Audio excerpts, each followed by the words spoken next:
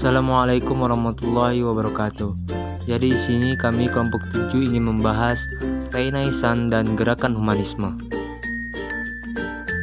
Renaissance abad 15 sampai 16. Jadi di sini kami akan membacakan poin-poinnya.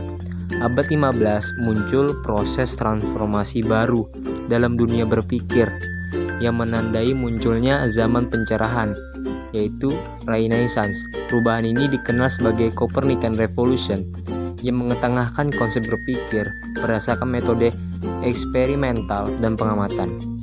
Nicolaus Copernicus tahun 1473 sampai 1543 mengemukakan teori heliosentris matahari sebagai pusat sistem tata surya yang bertentangan dengan teori geosentris yang dikemukakan oleh Ptolemeus.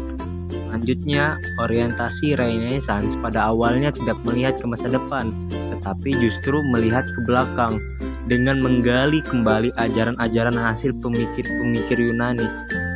Renaissance juga adalah reaksi terhadap zaman pertengahan yang dianggap terlalu dogmatis, teosentris, tidak rasional, diganti dengan prinsip yang bertolak dari akal, nalar, dan ilmiah.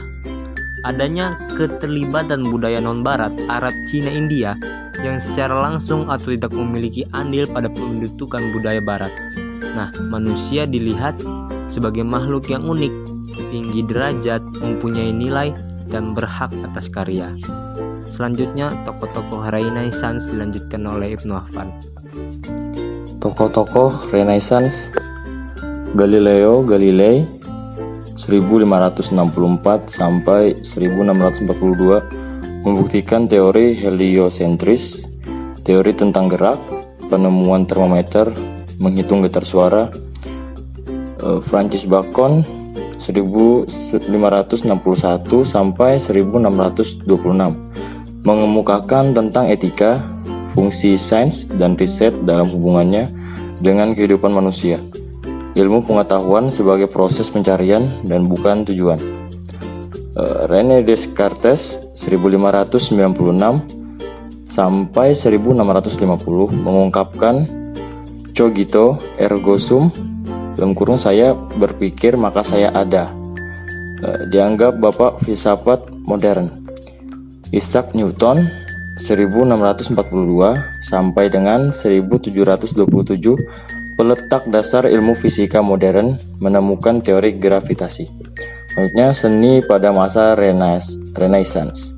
Tokoh-tokoh itu ada Leonardo da Vinci, Raphael, Michelangelo, Florentino, Giotto, Palladio. Ciri-ciri karya: figur lebih realistis, masih bertema religi. Muncul fenomena kebudayaan high culture dan mass culture. Seniman dipandang sebagai bagian dari masyarakat intelektual. Selanjutnya, humanisme.